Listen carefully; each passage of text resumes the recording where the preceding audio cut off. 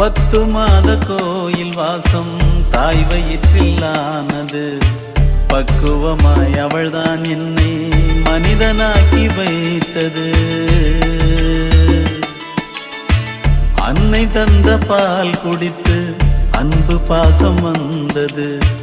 அவள் படித்த பாட்டுத்தானே அறிவு சொல்லி தந்தது. நான் போகும் பாதையெல்லாம் தாய் போட்டு வைத்தது.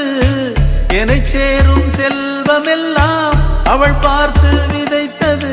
1000 வந்தது 1000 போனது, தாய் மட்டும் நிரந்தரமானது.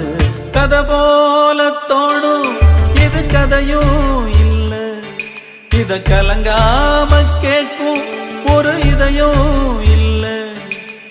இந்த மண்ணில விளைஞ்ச கதை இது, ஈர நெஞ்சில